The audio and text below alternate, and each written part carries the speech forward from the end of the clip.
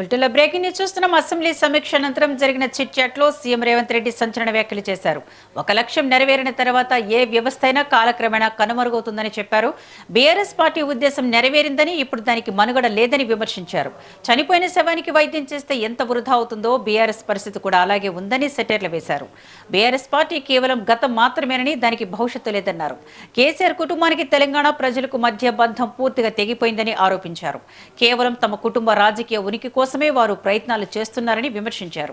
తెలంగాణ సమాజం బీఆర్ఎస్ పార్టీని శాశ్వతంగా పక్కన పెట్టిందని వ్యాఖ్యానించారు. కొత్త పార్టీ సంగతి తర్వాత ఉన్న పార్టీకే మనుగడ లేదన్నారు.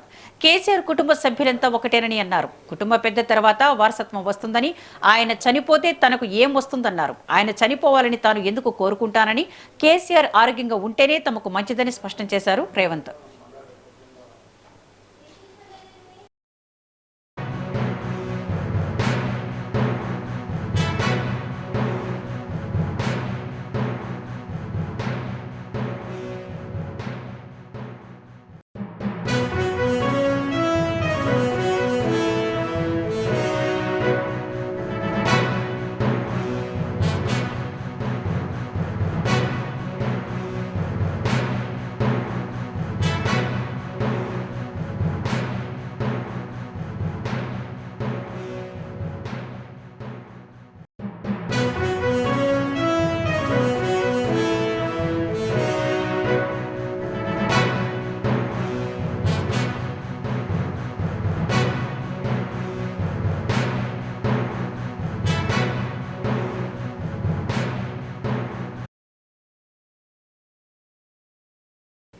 బులెటిన్లో బ్రేక్ ని చూస్తున్నాం. అసెంబ్లీ సమీక్ష అనంతరం జరిగిన చిట్ చాట్లో సీఎం రేవంత్ రెడ్డి సంచలన వ్యాఖ్యలు చేశారు.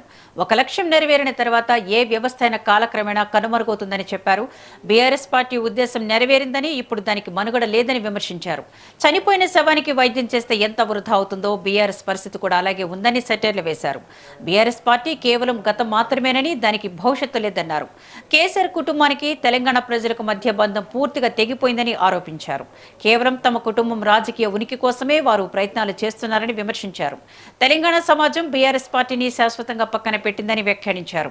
కొత్త పార్టీ సంగతి తర్వాత ఉన్న పార్టీకే మనుగడ లేదన్నారు. కేసీఆర్ కుటుంబ సభ్యులంతా ఒకటేనని అన్నారు. కుటుంబ పెద్ద తర్వాత వారసత్వం వస్తుందని, ఆయన చనిపోతే తనకు ఏమొస్తుందన్నారు.